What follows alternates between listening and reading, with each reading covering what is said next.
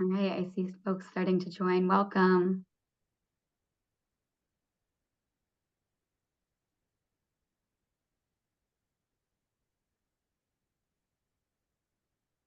Okay, welcome all. We'll let people filter in before getting started.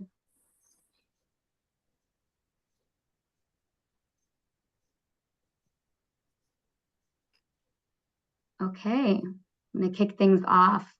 Welcome to everybody who's joined the webinar today. We're looking forward to a rich conversation around beliefs and practices on play. My name is Tanya Smith-Sreen, and I'm a technical officer with FHI 360 supporting the implementation research on playful parenting. And I'm joined today by the Playful Parenting Community for this webinar. And as Amanda mentioned, please feel free to introduce yourself in the chat. I'm going to go over a brief agenda as we get those introductions started. So we will have an introduction by Jill Popp from the LEGO Foundation, followed by 2 presentations on beliefs and practices on play. And then we will go into a moderated discussion across our Playful Parenting community that Jill will talk a little bit more about in the introduction. Then we'll have some time for Q&A, so please feel free to use that Q&A function in the toolbar at the bottom of your screen to submit questions all throughout the presentations, as well as during the moderated discussion. Finally, we'll have a conclusion from Jill again, just to wrap up our webinar. So thank you so much, and looking forward to the conversation today. With that, I will pass it over to Jill. Hi, thanks, Tanya. Welcome, and thank you for joining our webinar today. As Tanya said, I'm Jill Popp from the LEGO Foundation, and I'm really excited that our implementing partners have agreed to share the work they are doing on behalf of children and families. We know that sometimes families can benefit from extra support, especially during the early years, and we have good evidence that this type of support can benefit caregivers and children. But I'm sure, as a lot of us know on this webinar today, that expanding this work to more families and geographies can be difficult while maintaining quality. At the LEGO Foundation, we wanted to know more about the key aspects of taking a program like these to scale. You can see from this slide who and where this implementation is happening and the partners implementing playful parenting programs. We also have a strong learning component alongside this work, including a vibrant community of practice that is led by FHI 360. During the webinar today, you'll get a sense of what this looks like, but at the Foundation, we have been particularly inspired by how our partners have incorporated the evidence from FHI and our local partners into implementing changes that have hopefully led to stronger programmatic outcomes. We continue to find it important to gather information from the perspective of caregivers and practitioners about their play beliefs and practices. In doing so, the playful parenting community can develop programs that are not only meeting the demand, but hopefully creating and sustaining quality parenting programs. I want to close by thanking our implementing partners who are here today, the work that they are doing, and for our learning partners, FHI 360 and ECDAN, for helping us to share these important findings. Karina? Thank you so much, Jill, and thanks everyone for being here. My name is Karina Almoeva, and I am the Director of the Research and Evaluation Department at FHI 360, and I'm also the Program Director for the Implementation Research Study that we're leading with the Playful Parenting Initiative under the LEGO Foundation. Before we jump in, I wanted to recognize that this is a large research team that is working on the study. We have country investigators in every country that we are working with very closely that are engaging with our partners on the ground. Specifically, wanted to recognize Dr. Frances Abboud, who's kind of the brains and behind a lot of our instruments. And I'm sure a lot of people on this webinar know her, have seen her talk. So she's here to answer questions about specifically about instruments or jump in with any comments. Our team at FHI 360 also includes our analytical team and my colleague Anya Haude is here and Tanya. So just to recognize that it's, you know, we're representing a big research team.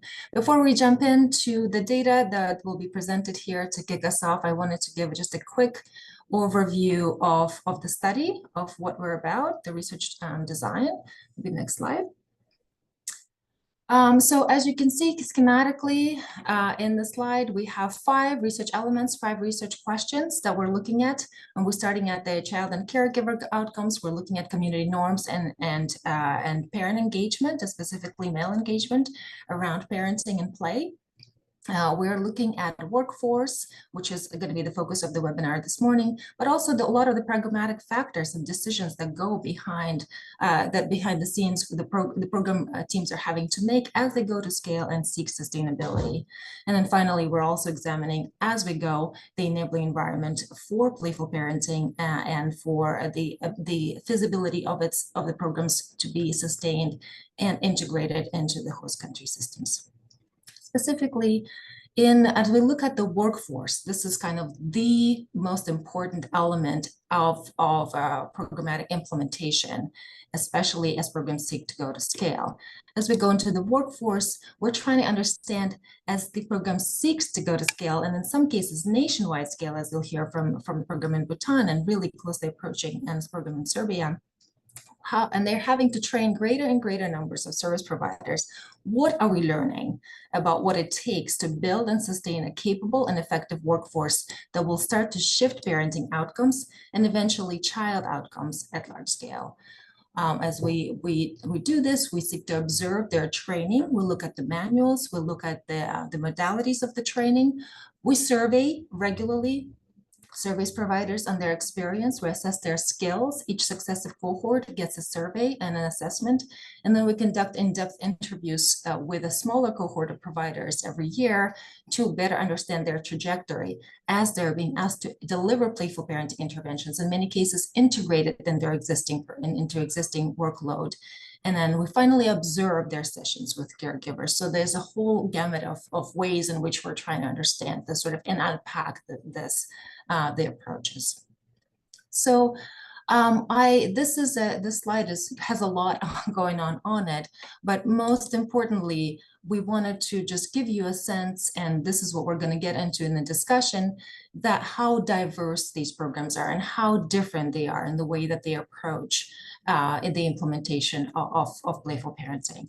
We embarked on the study in 2020, and it was immediately clear that we're dealing with all of these the different providers. The visual gives you an understanding that there are health assistants, there are home visiting nurses that are highly trained health professionals.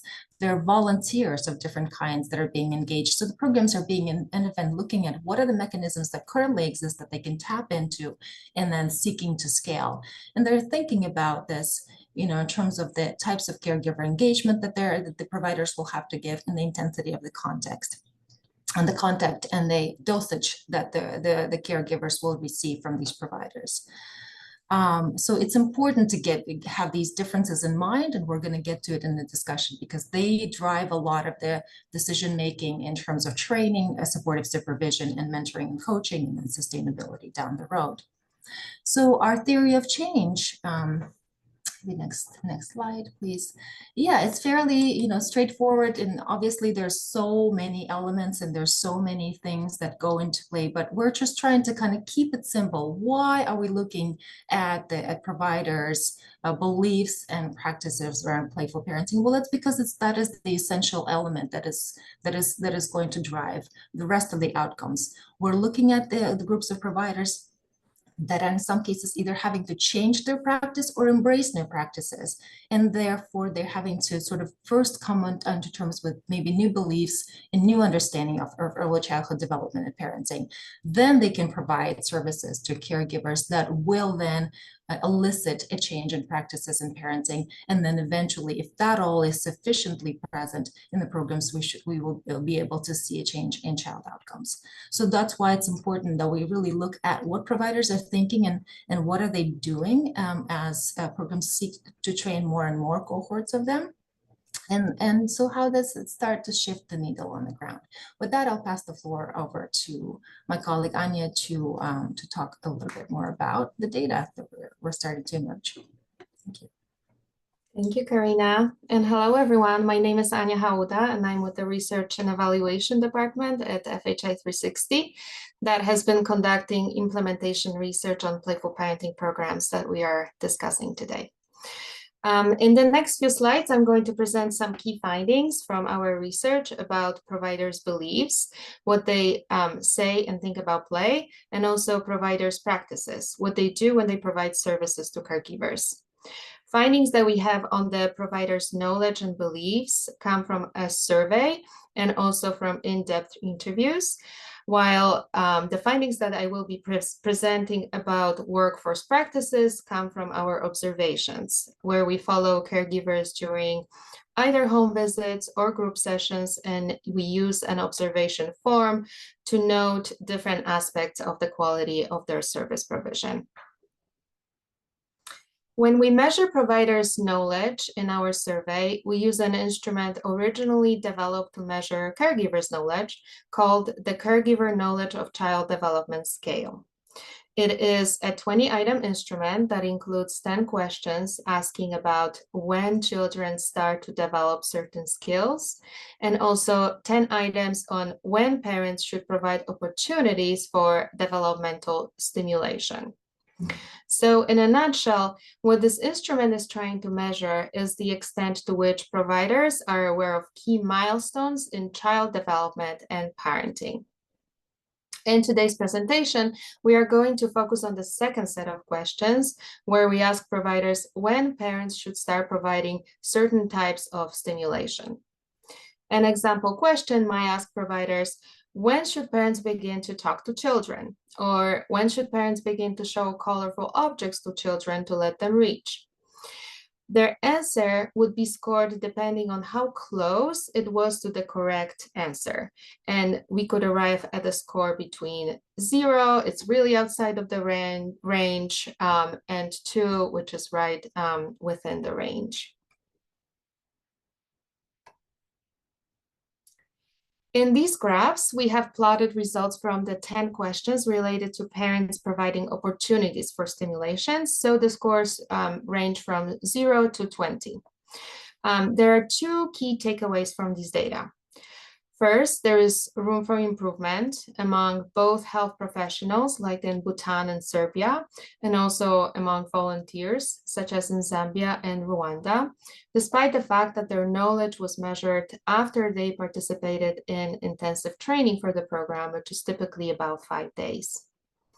But second, we don't see consistent differences between those 2 types of service providers across the 4 programs. And yes, volunteers in Rwanda score the lowest, but in Zambia, the volunteers score as high as the professionals in Bhutan and in Serbia.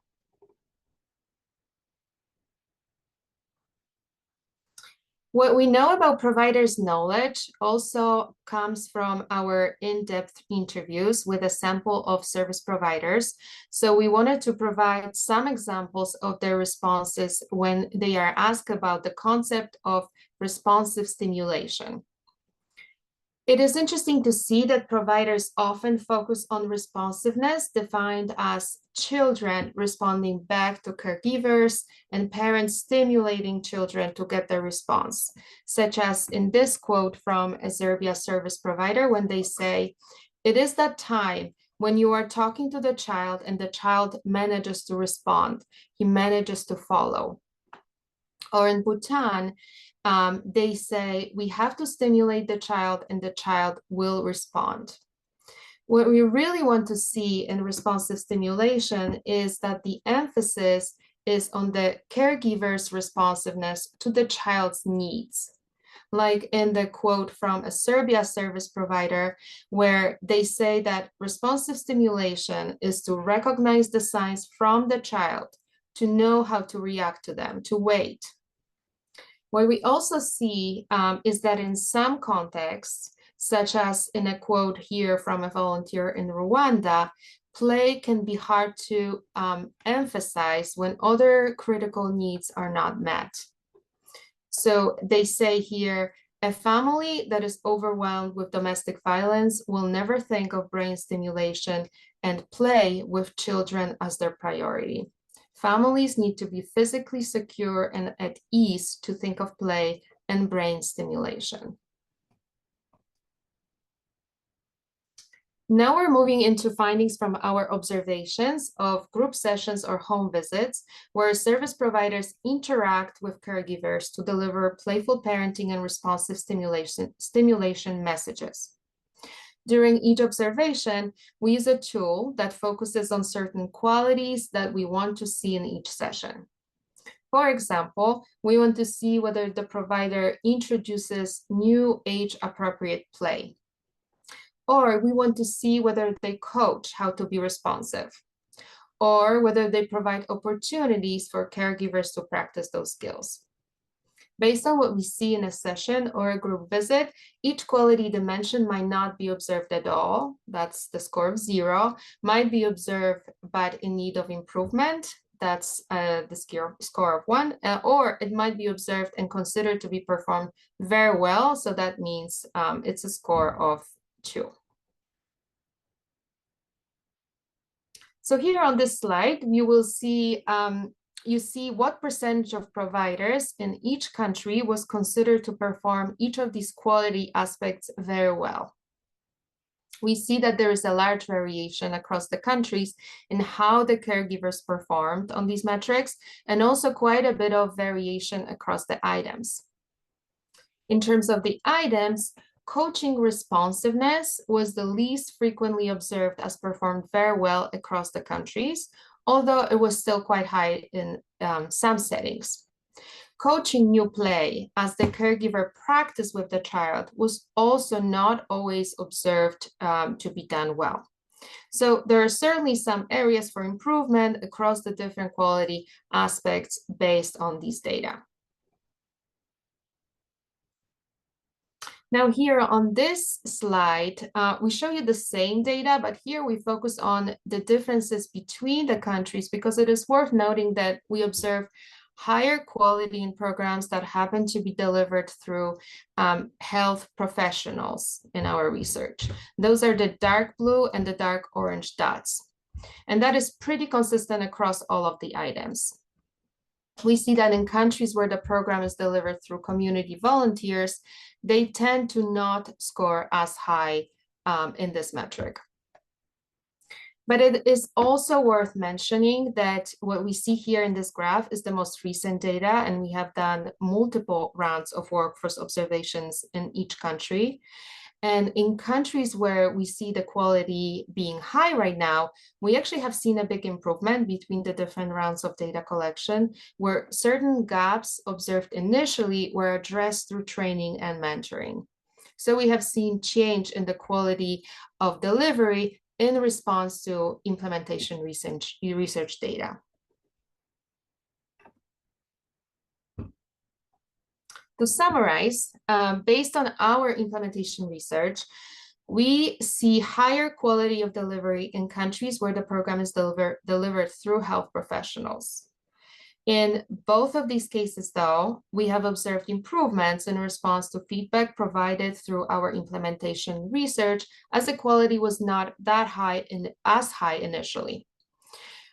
Second, we see that there are still some gaps in what service providers know and how they think about responsive stimulation. And we can also see that the emphasis on play can be challenging in some contexts in which basic health and social protection needs are not met.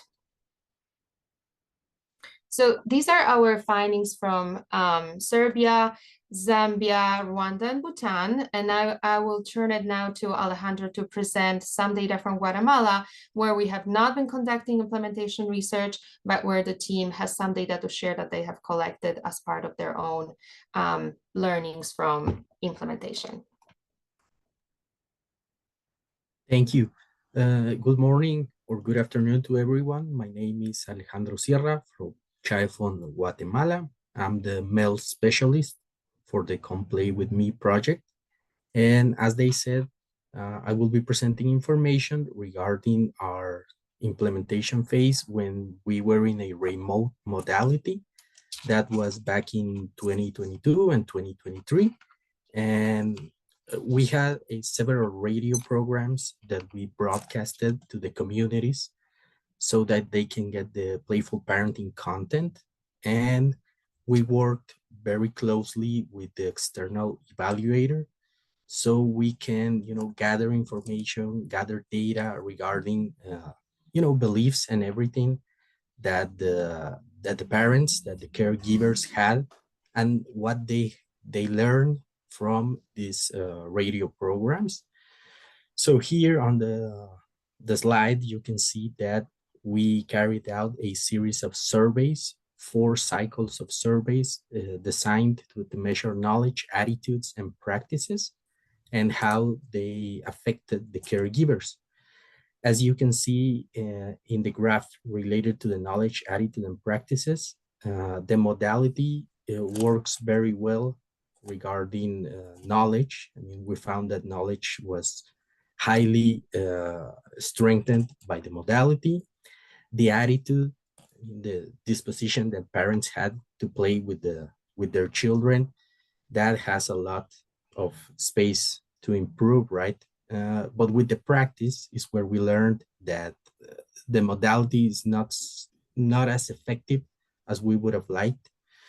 So we had to, through a learning process, do a little bit of change regarding the practice aspect so we can strengthen it. Maybe we could change a little bit of the content, or reinforce some of the aspects so that the practice can grow. So you can see there that eventually it changed and it became stronger. Maybe some of the practices that we proposed were a little bit more simpler for parents to engage with their children. And the main topics that were identified by participants were, having playful interactions with their children, caring for them, playing with them, designing specific spaces or time to play with them, with their boys, with their girls, tell them stories, having a little bit more of interaction, and just give them a little bit more of, quality time regarding interactions that previously were a little bit more cold or distant. So I think that those are the main topics regarding the beliefs that we found on the remote modality here in Guatemala.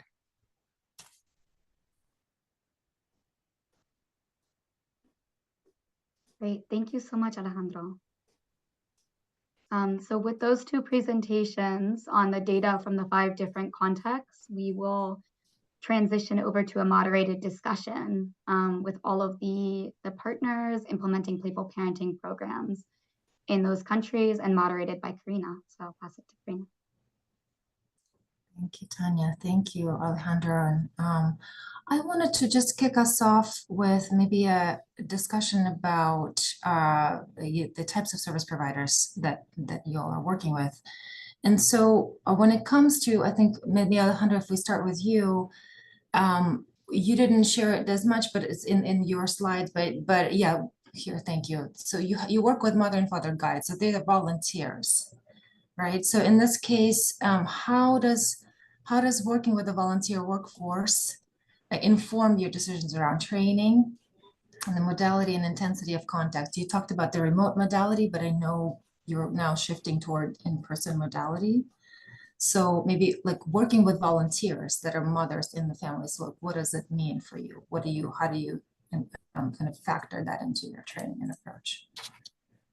Yeah, I think that, well, during the remote modality, we were working a little bit closer with parents. But right now that we are in the in-person modality, we are working with guide mothers and fathers, few fathers, but we have some.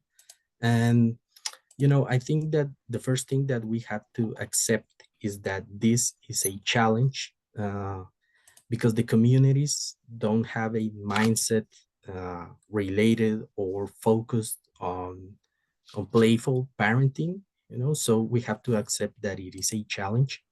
The model, the implementation model that we have is not a welfare model. It's not like that. So we are not giving away goods or food or something like that. We are working to transform the communities. This is a transformative model.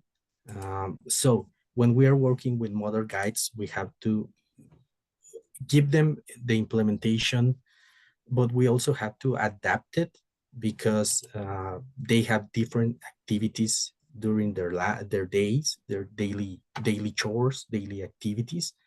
So we have to adapt a little bit. We have to take into account the time that they have, the disposition. In some cases, in some contexts, there's a little bit of difficulty regarding availability because they are subject to what their spouses say. We also have to take into context the situation that those communities have difficulties regarding access to main services, to some resource. So that is something that affects the situation. And we also have to work very closely with community leaders and local authorities so we can give some stimuli to our mother guides so they are willing to participate, given the fact that they will probably won't be receiving like some monetary compensation, but they will be working to change and for the better of the community. Yeah, thank you, Alejandro. So you talked about incentives, you talked about, just working with within the time constraints that the volunteers have because of all of the other life that they're having to deal with, engaging local authorities and kind of creating that framework around the intervention. Maybe I'll pose the same question to Zewe. You're having to deal with a lot of the same challenges and issues when you when you work with volunteers. Oh, sorry, we're supposed to start with Rwanda. Let's go to Zoe's slide and start with I will just pull that up as Zoe starts answering. Sure. Thank you, Karina, and thank you, Tanya. So yes, a lot of the issues are very similar. I think that in Zambia, we are working with volunteers, and a unique aspect I think that might be quite different is that the community-based volunteers are responsible for a comprehensive early childhood development package. So playful parenting is one component. So the workload on each individual CBV in terms of the amount of information that they need to cover when they go on these home visits is actually, it's quite large, and expecting them to make decisions about when to prioritize one set of messages versus another is quite a challenge. I think also with our community-based volunteers, they are responsible for 10 families, and sometimes they have to travel great distances to reach those families. And so the part of what we have to consider in terms of the intensity of the intervention is actually how many times a CBV on average can reach each family. And of course, they're going to be pulled by issues that are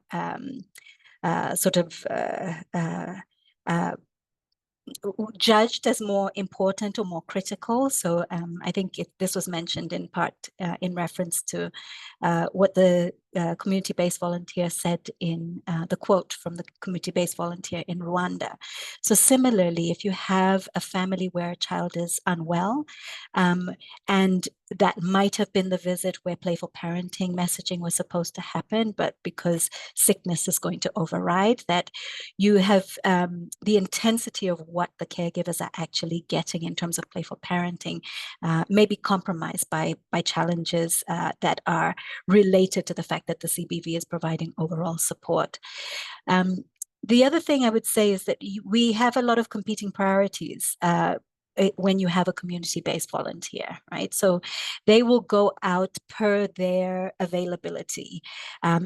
During farming season in Zambia, for example, there are far fewer visits to families because the community-based volunteer has economic needs that require that they are working in the field and doing things to take care of their family needs. And so there isn't an accountability system because there is no compensation. So that compensation is a very big very big issue.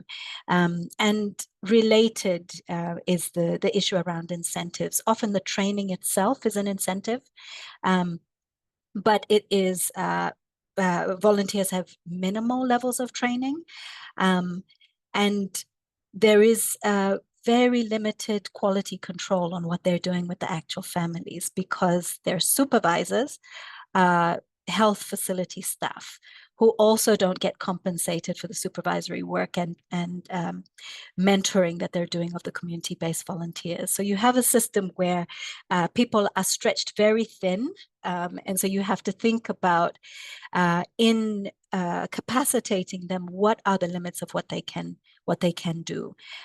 So the workload issue is a real one. And then I just will end with one final point, which is that in general, volunteers have very minimal training or education, right? So literacy levels can be relatively low. And at the end of the day, a community-based volunteer is the same person as the caregivers that exist in the community. So a lot of the beliefs, the cultural beliefs and practices are shared. And so in your training, you have to convince the community-based volunteer to make a shift in their thinking about what parenting is about. And there's some very strong cultural beliefs that require multiple sessions to get the community-based volunteers to the point where they accept and therefore can communicate to the caregiver, their fellow caregivers or their peers, that this is an important thing to do. So that's a challenge when you're working with community-based volunteers. This is not approached as a profession per se. What you're doing is trying to engage in social and behavioral change processes at that level, and then hoping that you capacitate sufficiently for them to convince others to make similar shifts. So I think I'll pause there. Thanks.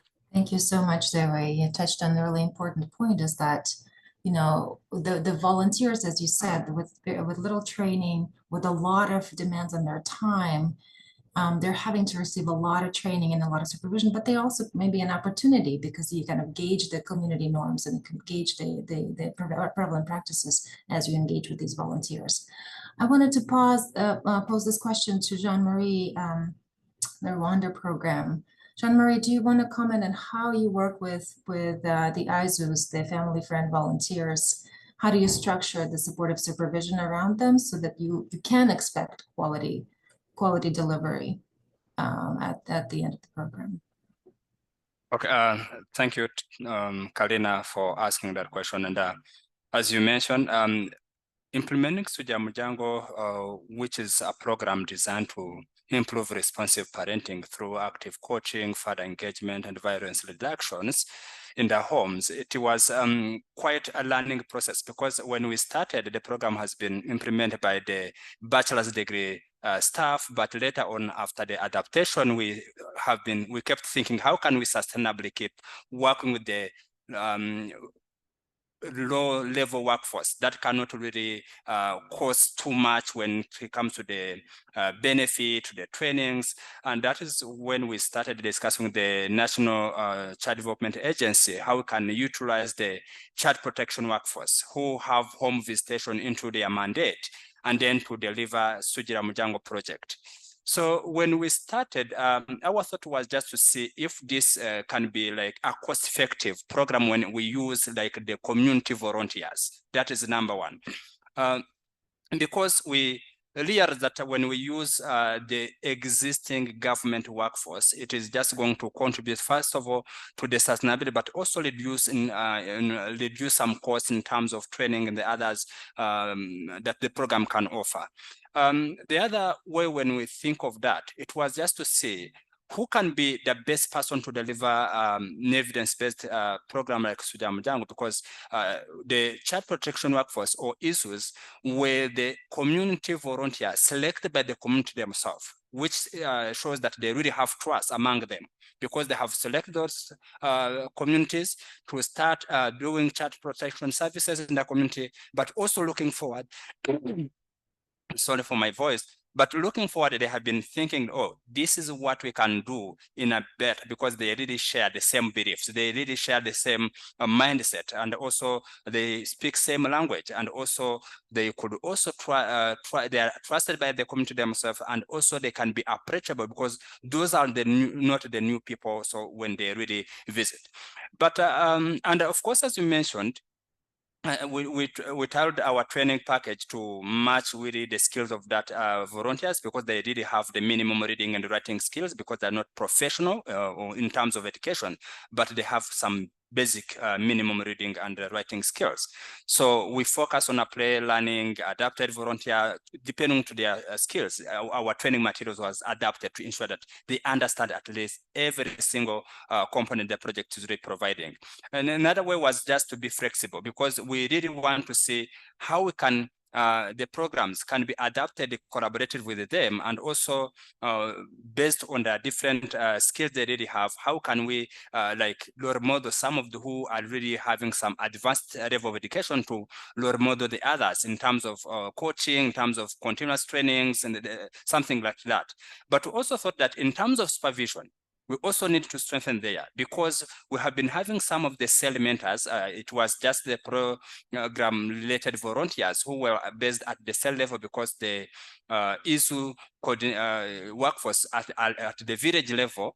So we say that the supervision could just came with some of the people who might have like some level of education, especially the high secondary education, to ensure that we know that we have been working with the volunteers with a minimum education. So we could also empower them in terms of supervision and coaching to ensure that whenever they are delivering the program, we should maintain the quality and the fidelity of the project. So that is why we elected some supervisors on the cell level to do weekly supervision, one planned and another non-planned, to ensure that they're really doing what was intended, and then also verify if they're really implementing the project as per the design. So what we also did, it's just to ensure the effective communication among the different levels, because we also have some staff who could also even monitor the supervisor of the issues to see how they're really performing, how they're really doing that supervision, what are the area of maybe support, they really need more support, or where they really need maybe additional trainings, and then we do that through continuous engagement, and also we could also have that communication across all levels. So, but and of course, what we realized, it was like one of the challenge was the volunteer turnovers, because we know we are really working with the government volunteers as we promote this Playful Parenting. So the turnover was kept to be a major challenge to us, and then which requires continuous training, adaptation to maintain program consistency as we move forward. And also, we have been seeing that the issues, the workforce could be also somehow overloaded, as they were mentioned. So, which we also say that what can we do that? We're still maybe discussing, and then see how can we reduce the caseload, maybe the number of families to be visited on monthly basis, to ensure that they are also having some time to cater for their personal businesses. So, and of course, briefly, what I can say, we have just, we can say that volunteer are strategic and also low cost approach to enhance like these trainings, engagement, and sustainability in shifting play-related beliefs. But of course, though managing the turnover remain a key challenge, because if the turnover, you also require to do additional training the new people, and then you also see how can I offer the continuous training to ensure that the person who is trained is also catching up with the people, the issues who are existing for the project. So briefly, that is what I can mention around that question. Thank you so much, Anne-Marie.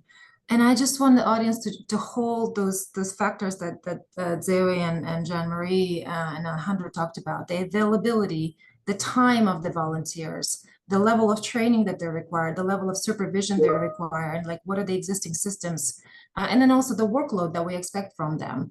And I think that maybe just for later in discussion, and I'm just thinking, when you tap into a network of volunteers, it can be deceiving to think that this is a kind of like a light, light touch, like light cost approach, because then the volunteers do require much, like a really robust support system to deliver intervention. And then as you mentioned, without a lack of inherent accountability in the system, you're having to create that to ensure that the messages are being delivered. So with holding all of that, and then the turnover that Jean-Marie, you mentioned, I'll turn now to the programs that are engaging health providers. And strikingly, there's some of the factors and challenges can be similar. The competing priorities and the workload of health providers. And then in some cases, they are health providers that have been in the system for a long time. They're having to change their practice. So maybe, Kinley, can you talk a little bit about how the program was informed about what the workforce that you're working with, the health assistants in Bhutan? Okay. Thank you, Karina. I'd like to give a very brief background on the project, the Prescription to Play program. We call it P2P, and the P2P program has been designed to build off the strengths of the Building Brains pilot project to ensure that every child in Bhutan aged 0 to 3 will reach their full potential through an evidence-based playful parenting program. And BBAB is an evidence-based ECCD intervention, which is aligned with the nurturing care framework, and it helps equip mothers and fathers and other caregivers with the skills and confidence that they need to engage babies and young children under 3 years in the safe, playful, and responsive interaction that are essential for healthy brains and holistic development. There are 2 main services the HAs deliver.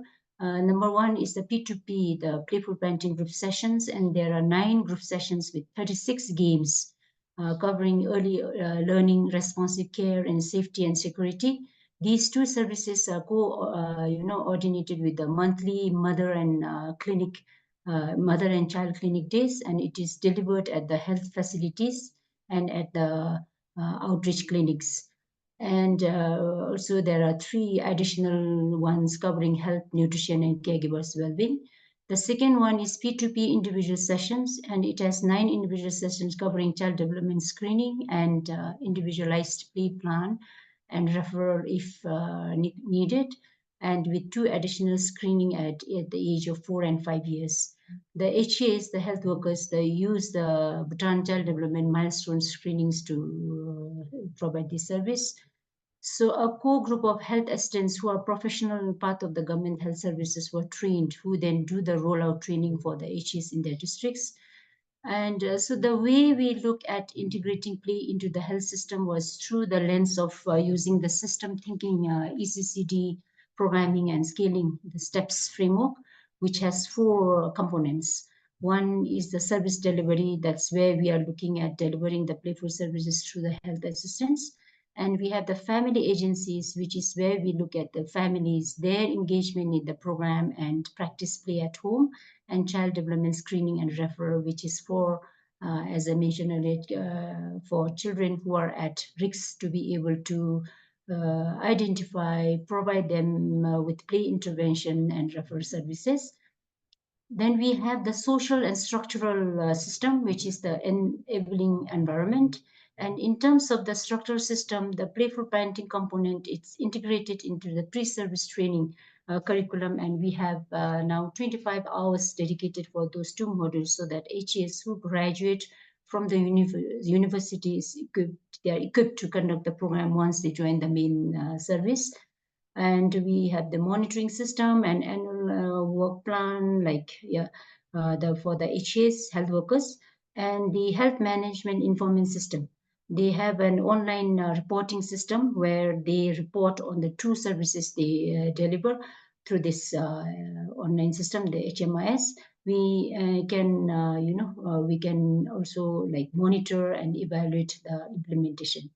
And in regarding the social system is at the community level. The community buy-in from the family members, not only the primary caregivers, but also other family members who hear about the Playful Parenting program and promote social changes.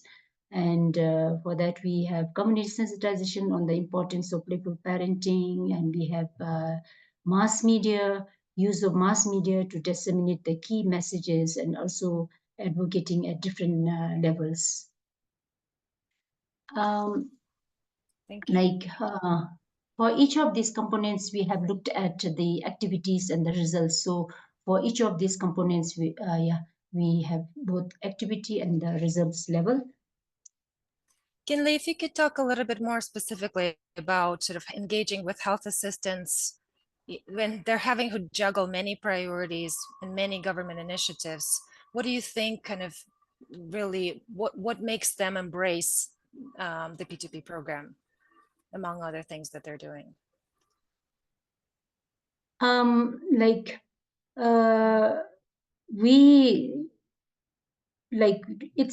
We need to tailor the program. Using the baseline in implementation research findings, building brains save the children's, which is the common approach, as I mentioned. It has been from the study, since we have piloted that, there are some findings on existing behaviors like related to play, reading, shaking, and spanking children to provide health assistance, with the realization that these behaviors needed to be addressed through the program. So similarly, during refreshers training, we also use the study findings to design the training to address any areas of improvement and celebrate the achievements of the HAS and discuss areas of improvement. And the emphasis is on the positive changes to raise motivation. We also included quotations from His Majesty's on how children's future is in our hands, and photos of him with his daughter son to change norms of father's engagement, since the king is a significant influencer in the country. And in addition, we strengthened the training on the Bhutan Child Development Screening Tool and added individual play plans for children who are screened. The screening tool is part of the Mother and Child Health Program, and therefore it's a good anchor for the playful parenting content within the Ministry of Health. Thank you, Kinley. So yeah, using the powerful influencers such as the king and his family, and also, you know, tapping into existing priorities such as the screening tool, you're kind of overlaying those priorities with the program. Maybe let's go to the Serbia. Ivana, your program works with like a diversity of providers, but specifically home visiting nurses that have been providing a service to caregivers for decades, and now you're asking them to integrate play and responsive stimulation into the visits as they engage with caregivers. How do you take that into account, that their professional status, their responsibilities, and sort of try to change their practice towards more play and responsive stimulation? Thank you, Karina. Well, as you said, Playful Parenting Program in Serbia is embedded in home visitation service. This is well-known, well-respected, and loved service. Each parent would actually consider their home visitor a friend of a family and would allow them to not only enter their home, but really participate in their life in home. The contents of the visits of each home visitation is well established and is mostly focused on health, both maternal health and child's health, immunization, nutrition, so supporting breastfeeding and things like that. That being said, you've already raised the issues of non-prioritizing or caseloads within the healthcare providers. I would like to raise one more thing, as that was an issue in Serbia. We couldn't add to more visits, so we had to rely on the existing number of visits and existing schedule of visits during the first year of life.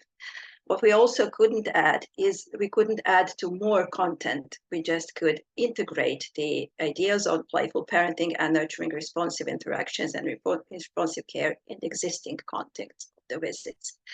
So there is a plus side on delivering programs through the existing health service, such as home visitation. For example, we really see families, home visitors see families during the first few weeks and few months of parenting. So they can strongly support first days of parenting and first days of parent-child interaction. They would see families prenatally, so they could actually lead them into the parenting role and provide strong foundations for responsive care and quality parenting. But the negative side is that clearly health-directed service and the necessity for us to integrate playful interactions and playful messages in what they actually already do. So what we did is that we integrated the support to playful interactions and responsive interaction in, for example, supporting talking to a child or during the breastfeeding interactions or interactions related to different other caring routines, such as giving bath and things like that. So our home visitors would actually nurture skills in talking to the child from the day one during the usual routines, and they will talk about responsiveness during the supporting breastfeeding, or learning how to communicate with the child. They would strongly support their parents' ability to observe child's behavior, so to notice the cues. Nevertheless, even though they're talking, for example, about the cues of hunger or the cues of being interested in something in the child's surrounding. On the other hand, they would also use the visits during the first year, so in the third and the approximately 9th or 8th months of the child's life, to introduce reading and playing with the child. But they would also talk about playful interactions and the importance of playful interactions from the day one. These number of visits is clearly not enough. This is just 5 and plus 2, 7 to 8 visits during the first year, and it is not enough of intensity. But as you can see on this slide, our home visiting nurses are not alone. The program has been integrated within the other existing services. So after the year one, preschool services, so early childhood and education and care, nursery or kindergarten will take over and add to the parents' knowledge about playful interactions and responsive care. And for the families who are at risk of providing lower quality of care, so neglecting, abusing, or exposing child to different kinds of violence and traumatic experiences, we have different, or foster families, adoptive families, we have different services from the social welfare or child protection services that would add up to supporting responsive care, responsive interactions. So basically what we have created is a sort of a pathway for the family. So they would reach out to different stakeholders, different service providers when taking care of the child, and each and every one of them would provide them with some sort of support for responsive care, for nurturing playful interactions in the level of intensity as the family needs. So home visiting nurses are very important and vital part of our service provision, but they're also supported by other existing services while working with their families. Thank you so much, Ivana. We start to see questions that are put in the Q&A box and questions in the chat. So we'll probably start folding our discussion into kind of, with those questions. My next question was just going to be about how to build capacity and sustain capacity of your providers. But I think it's also just looking at the questions from the audience. There's a broader discussion. Well, how do you select providers, and what is the level of attrition? How do you train them? So maybe we can start again with you, Alejandro. How do you select mother guides and father guides, and what's the level of attrition? Somebody talked about, I think Jean-Marie talked about a lot of turnover. So it is a factor certainly in a lot of countries. Are you seeing that, and how do you mitigate it? Okay, Just thank really you. keeping it short. Okay, thank you, Karina. So yes, I mean, we select our local partners. They identified and select the mother guides and father guides depending on their leadership. I mean, they do have knowledge of the areas, so they work closely with local authorities, authorities from the health ministry that also work locally to identify mothers that have leadership, that have the availability to dedicate time to the implementation phase, to work in the in the group sessions, and give follow-up to all the families that attend the sessions. And we have been experiencing some difficulties regarding the continuity of the mother guides, mainly because, as I said before, this is not a welfare project, so there is no economic situation regarding to it, so we are not paying them. And I'm going to say it like this: we are competing with other projects that do have that type of payment or economical resources for them. So that is a benefit, so they have to choose at some point.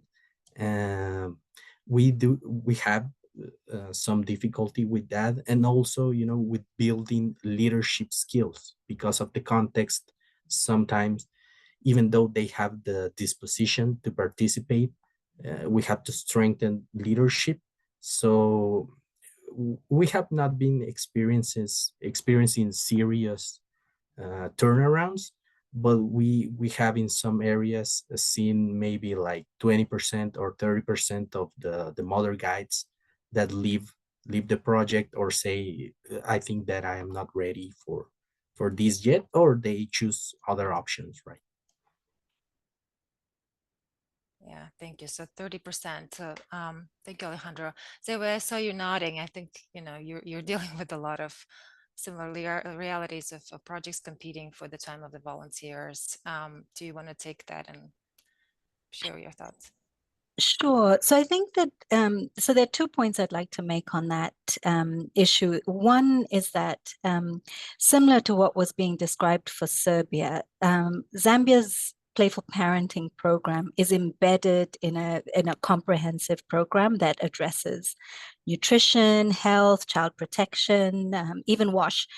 And so when we are training community-based volunteers, often we are training community-based volunteers who have expertise and knowledge in other areas and have been received training and capacity building in some of these other areas through other programs as well.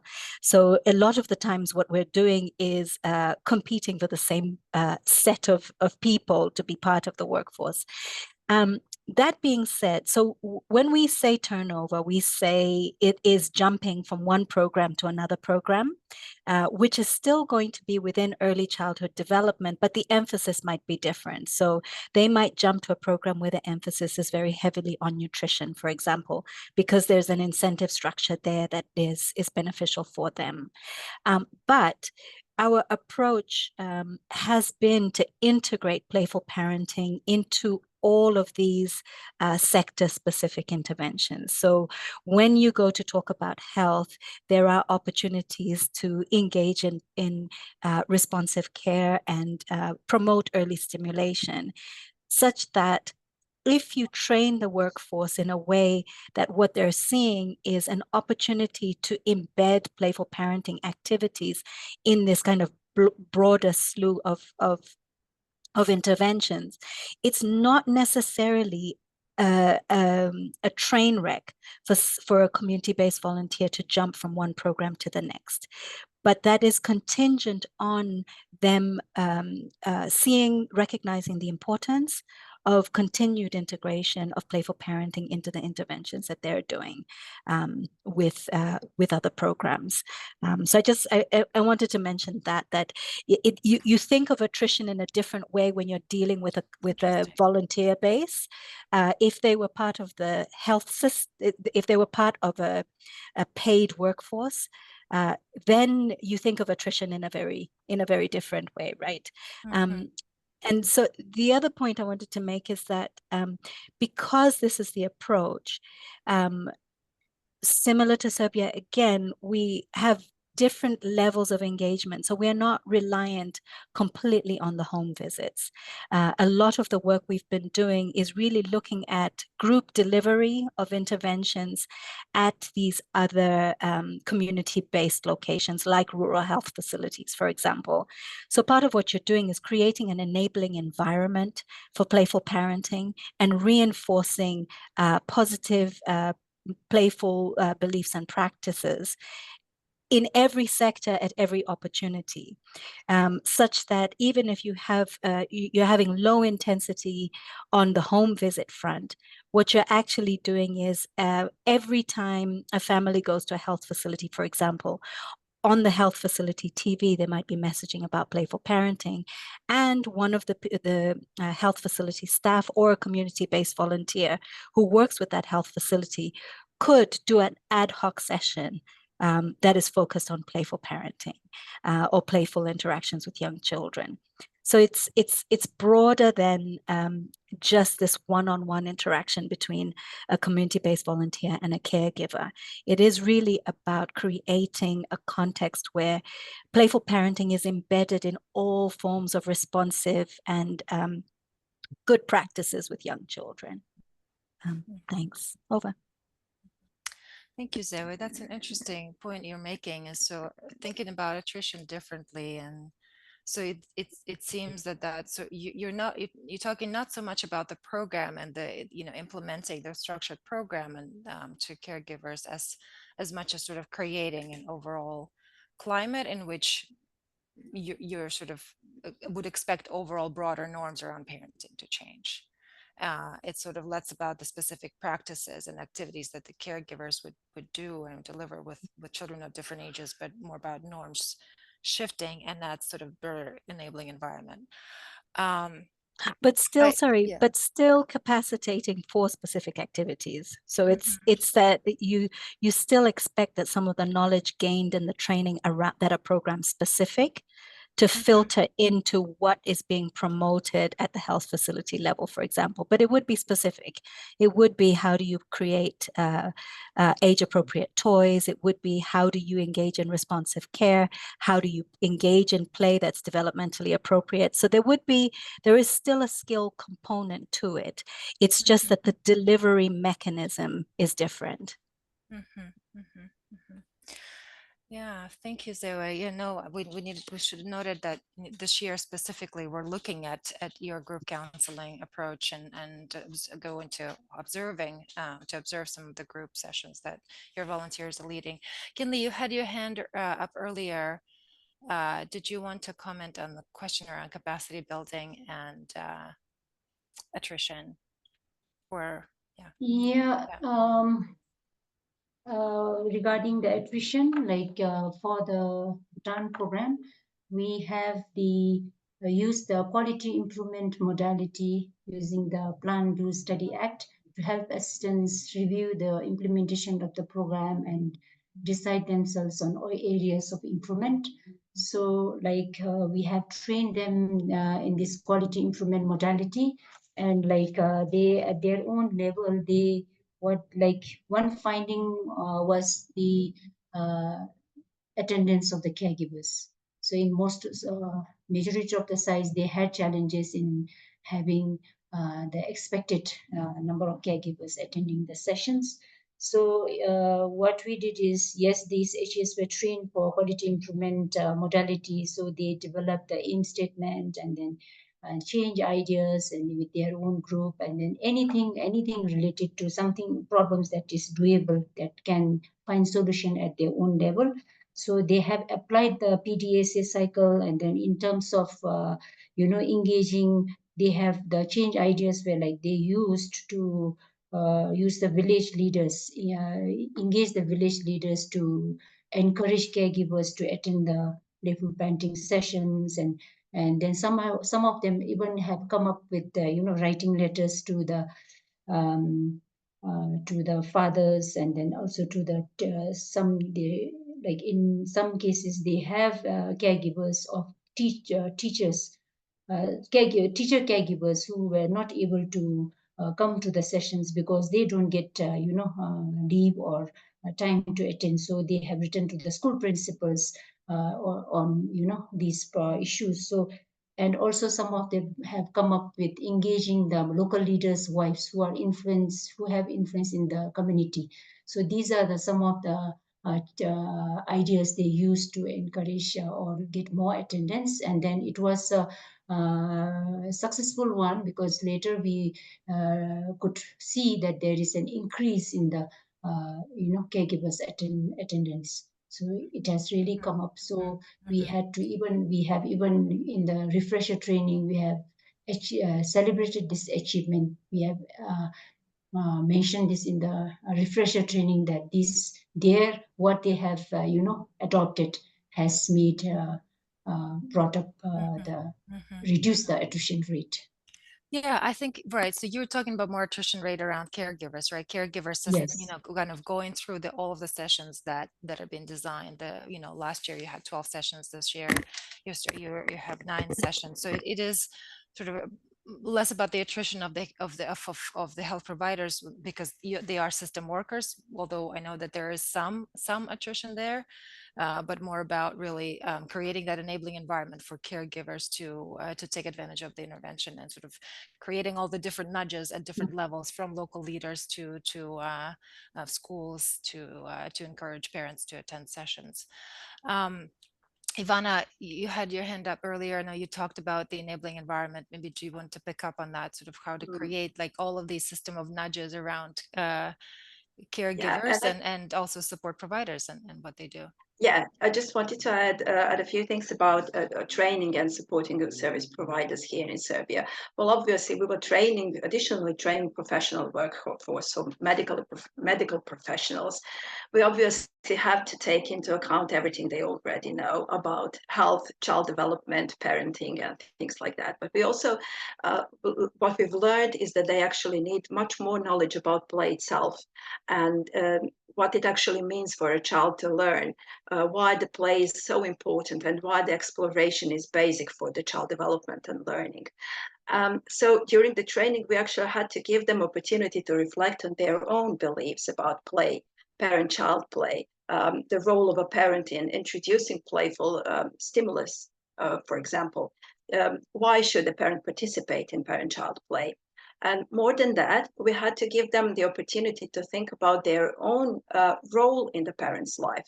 Before the Playful Parenting program, there were professionals who actually advised families on how to take care of the child's health, or what to do in order to provide proper immunization or proper nutrition for the child. At this point, we had to make them be those kinds of professionals who would actually sit down on the floor and participate in parent-child activity. So not only introduce play, but actually play with both of them in order to offer some kind of coaching or some kind of modeling their behaviors. So not only that they needed to learn some more techniques or some different approach, they would have to be really keen observers of what actually happens between a parent and a child. And more than that, they had to be responsive to parents' needs in order to make them become play professionals at their home, for example. That's an interesting aspect that you're saying. Is it specific to like the health providers and nurses in Serbia that are held in high regard, and so you're trying to remove that hierarchy of the relationship between the health provider and this was the major step forward for all of them, because they really started thinking about families. So not about health, but about the family. Not about the child's health, but about the child's experience and the real quality of the parent-child interaction that they're participating in. So this was really a huge step forward for them, but a huge amount of learning for us in order to really think about what the training should actually provide them. And this is why we ended up with giving so much mentoring and supportive supervision, and creating a large community of practice where they could actually discuss different cases, and not only thinking about what they actually are working, or what knowledge they are providing for the parents, or what tools they are providing for a parent, but thinking about their own role in family's life, and rethinking play, and rethinking what it means to support early childhood development. So this is what I wanted to add to this. Thank you so much, Ivana. Maybe we'll turn to Jean-Marie to comment on just this question of attrition and support for your volunteers. And then maybe just if you talk about the broader enabling environment that you're seeking to create. And then maybe after that, we'll just turn to other audience questions. Yes, thank you.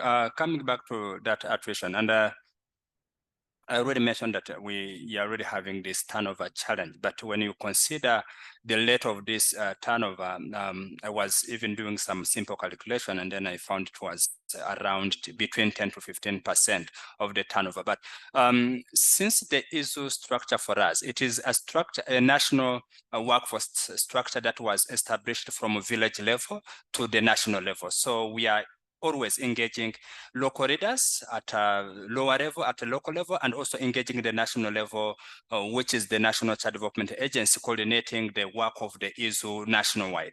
So we are always sharing how can we do better to ensure that we are really turning them into their roles and responsibilities, because if they are empowered to deliver playful parenting programs, and then if they keep turning over, even to be having some issues on sustainability, because when we designed the project, I've been thinking that in terms of sustainability, we really need to have them retain the community and then keeping serving the communities.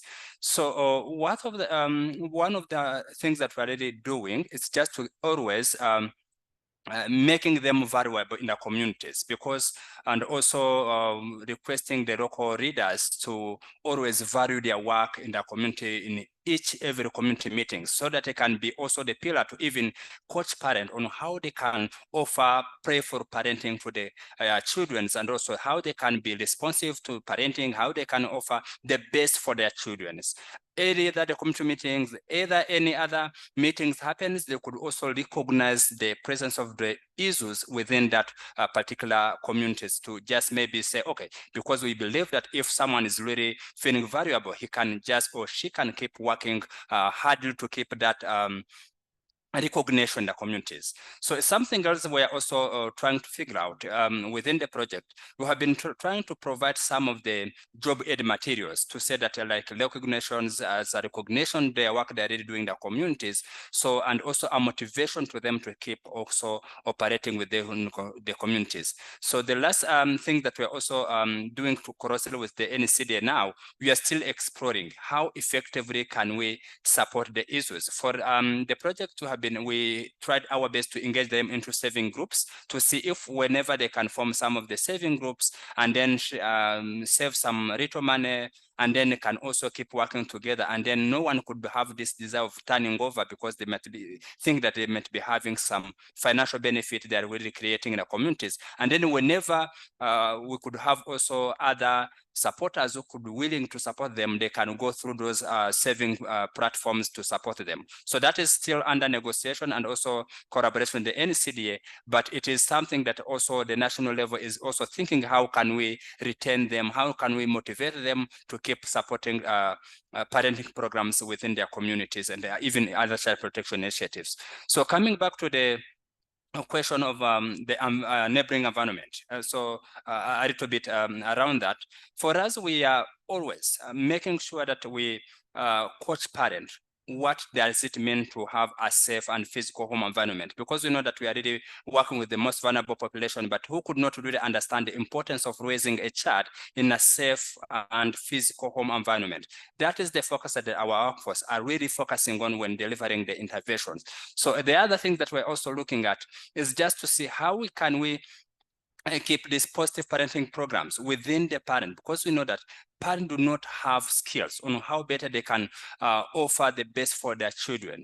And then if someone is stressed, they always feel that, okay, we really need also to stress the children as well. So which is totally wrong, because we really want to say, if maybe you are having some stress, if you are having some conflict, do not let that conflict or stress also affect your children, because at the end you have to learn how you really need to manage your stress so that you can live in a peaceful and also safe environment, because we realize that caregivers are also keen to understand that if I'm stressed and then that stress I'm having now, it might have wrong effect to my children. So that is why we say that, as we say that enabling environment, we are always also bringing this concept of mental health to caregivers, and also to ensure that also even the issues who are supporting some of the risk of harm or case management, which you cannot even be which are somehow hard to manage. So we are always working with the University of Rwanda, the coach that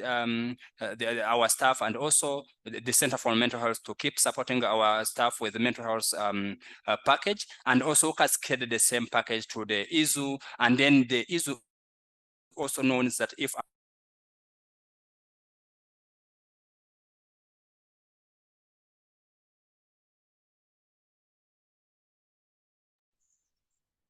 Looks like we're having issues with Jean-Marie's video.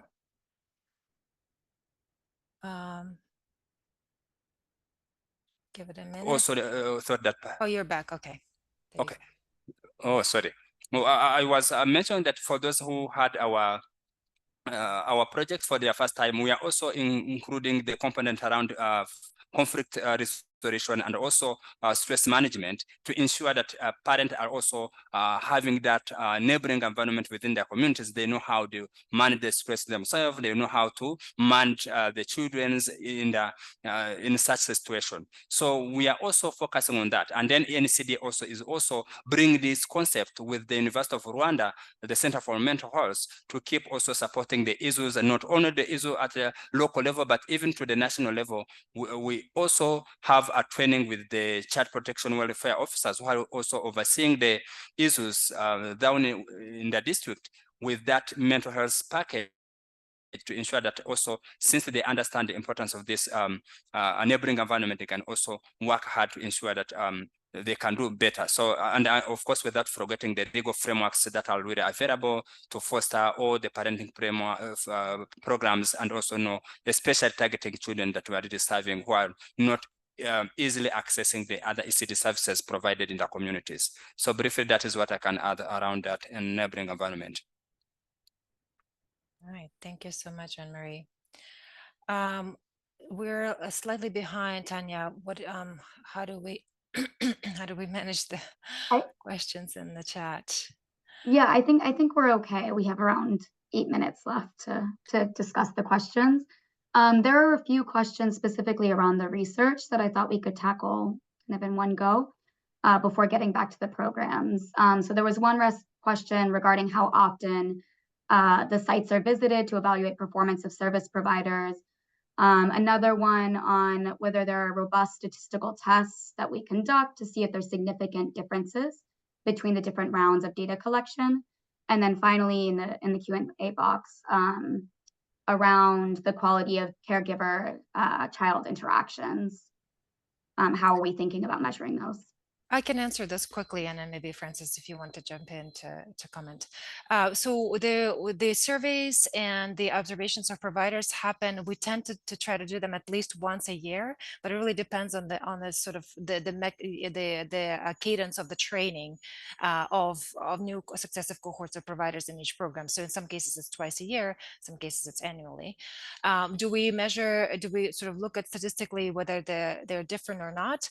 In many cases, when we're looking at implementation level data, so it's 150 providers per survey and assessment and 60 per observation, we're not dealing with a lot of really, a lot of statistical power here. So the question is it just, does this overall information provide value at this point in time to the program?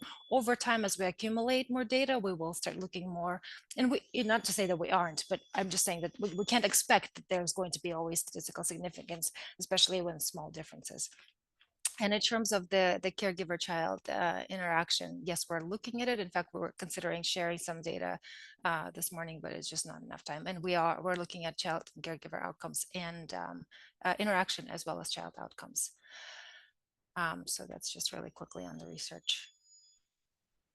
Great, thanks, Karina. Francis, is there anything you want to add on those questions?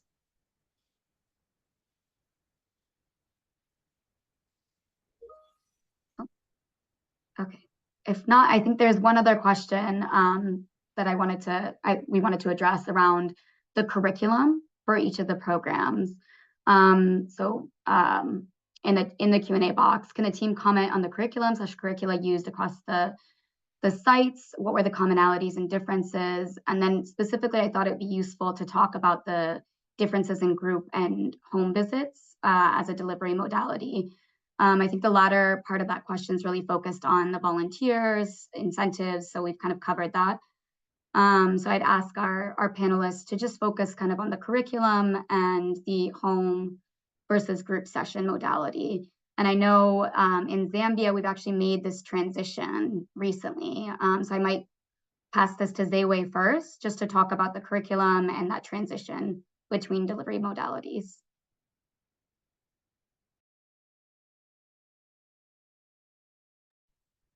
Sure. So we're using the Care for Child Development package, which is a UNICEF package, which really is focused on having very simple messages around responsive care, and in this case around playful and responsive positive interactions between caregivers and their children.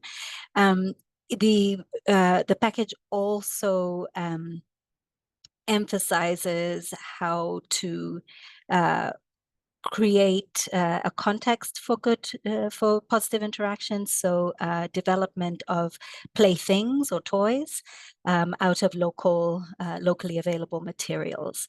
But the Care for Child Development is the package that we've been implementing in Zambia, and components of those have been integrated into the delivery packages on the ground that are integrated within health and nutrition programming.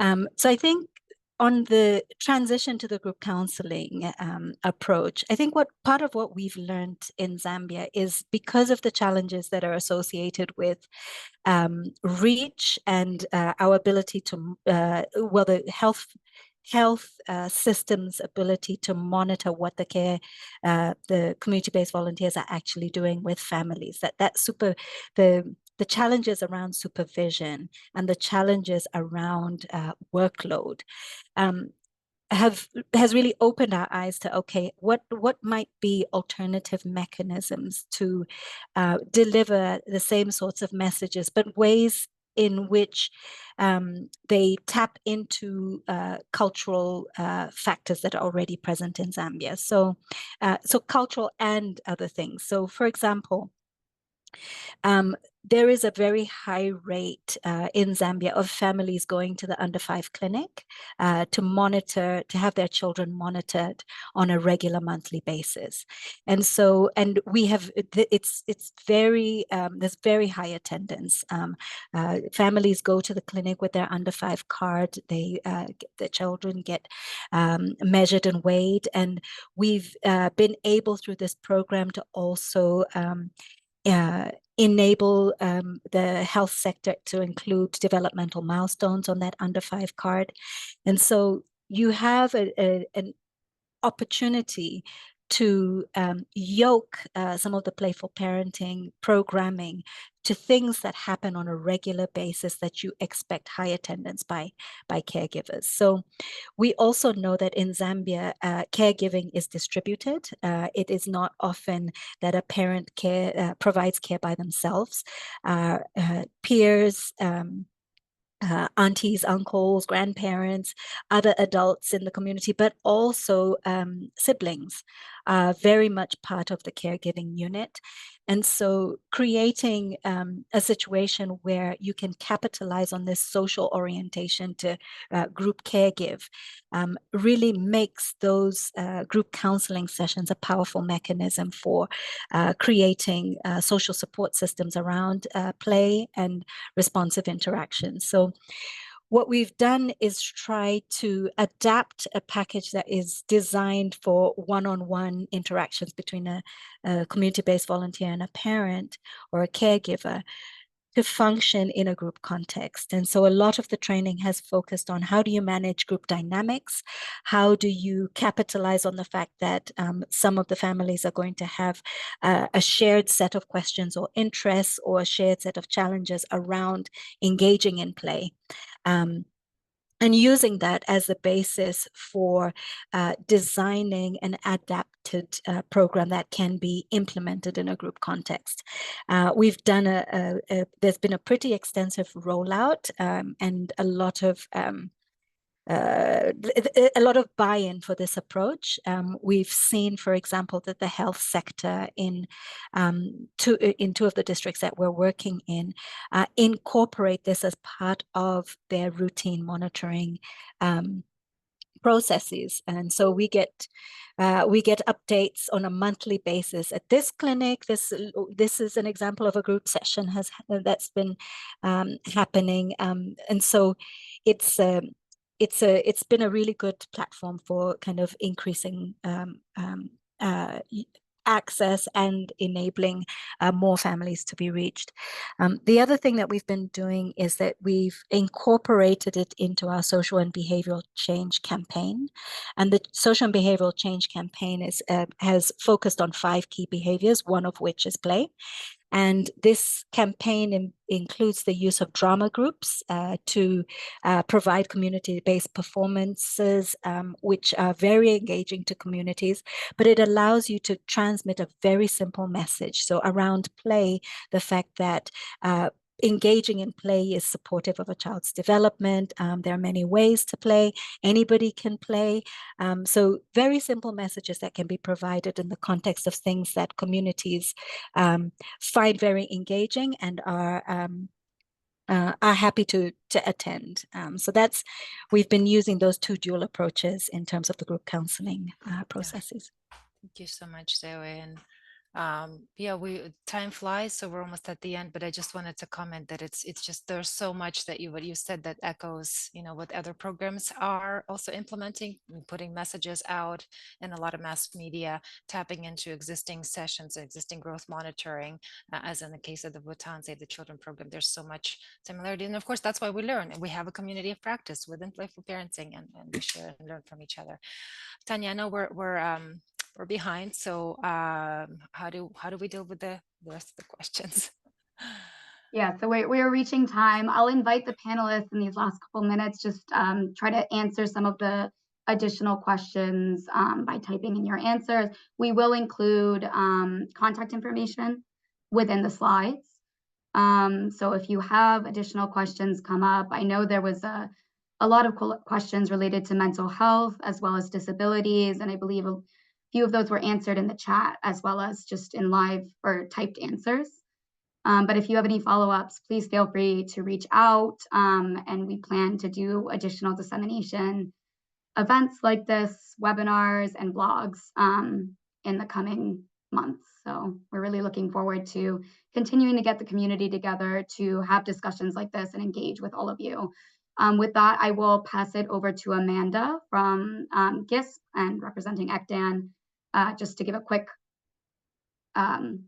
overview of next steps, and then we'll wrap it up with Jill's concluding remarks. Thank you. Great, thank you, Tanya, and thanks to all of the speakers and panelists today. It's been a really interesting discussion and great to be able to host this on the ECDAN platform and to be part of the community of practice. I just wanted to share a couple of upcoming dates. Since June is Parenting Month, June 1st is Global Day of Parents, and we're celebrating Parenting Month throughout the entire month. We had a great town hall on Monday of this week to kick off Parenting Month, and we'll also have another one concluding Parenting Month at the end of June, and we invite all of you to join us for that as well. We'll be hearing from countries at the ending town hall to share about what they've been doing for Parenting Month and what all of their meetings and activations and articles and everything else that they've been doing. So they'll get a chance to share then. And throughout the entire month on the GISP website and platform, we'll be sharing what countries are doing, including next week for the International Day of Play. So keep checking the website. If you are interested in contributing to anything, feel free to reach out to any of us. Or to me, I'll put the email in the chat, but it's info@supportparents.org. And we really look forward to seeing what everybody does to support parents, not just in June, but throughout the year. And then very quickly, in addition, we do have some resources on our website specific to Parenting Month. So if you'd like to use any infographics as part of your advocacy, any social media to promote parenting support, you're welcome to do so. And I'll also put the link in the chat there. I'll go ahead and hand back over to Tanya for conclusions with Jill. Great. Thank you, Amanda. I can do I'll this turn it over quick. to Jill.